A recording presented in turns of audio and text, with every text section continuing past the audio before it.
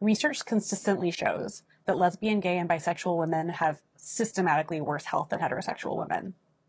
These inequities occur across a range of health outcomes, including mental health conditions like depression or anxiety, as well as physical health conditions like cardiovascular disease and many cancers. Discrimination is at the root of these health inequities.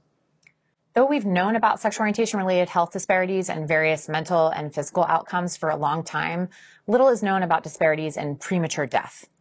Data on sexual orientation is often limited, particularly among research samples of older people.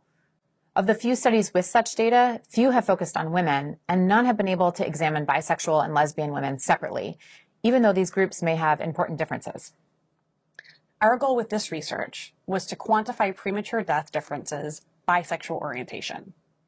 We did this using data from the Nurses' Health Study 2, a cohort of over 100,000 female nurses that Harvard researchers have followed for 35 years.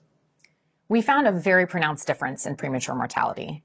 Together, lesbian and bisexual women died 26% sooner than heterosexual women.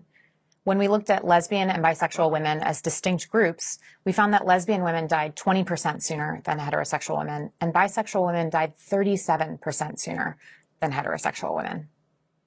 These differences in death are dramatic, and they highlight the burden of health inequities. Unfortunately, lesbian, gay, and bisexual women often face discrimination at every level, from laws and policies, from within the healthcare system, and even from within their own families. Bisexual women, in particular, face unique stressors. As just one example, bisexual women may experience stigma from within and outside of queer communities, or even feel pressure to conceal their identities. The stress and concealment can lead to negative feelings and to coping behaviors like smoking or drinking. In fact, we believe these estimates of premature mortality differences underestimate the true population risk, because this research sample of nurses has protective factors that the general population doesn't have.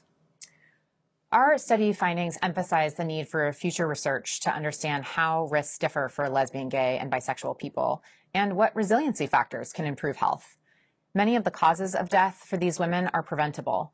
Intervening on behaviors like smoking and drinking, managing mental health, and providing high-quality health care will help to close mortality gaps. Importantly, addressing systemic sources of discrimination is critical. Healthcare providers, researchers, and advocates must collectively demand changes so that everyone has the opportunity to live a long and healthy life.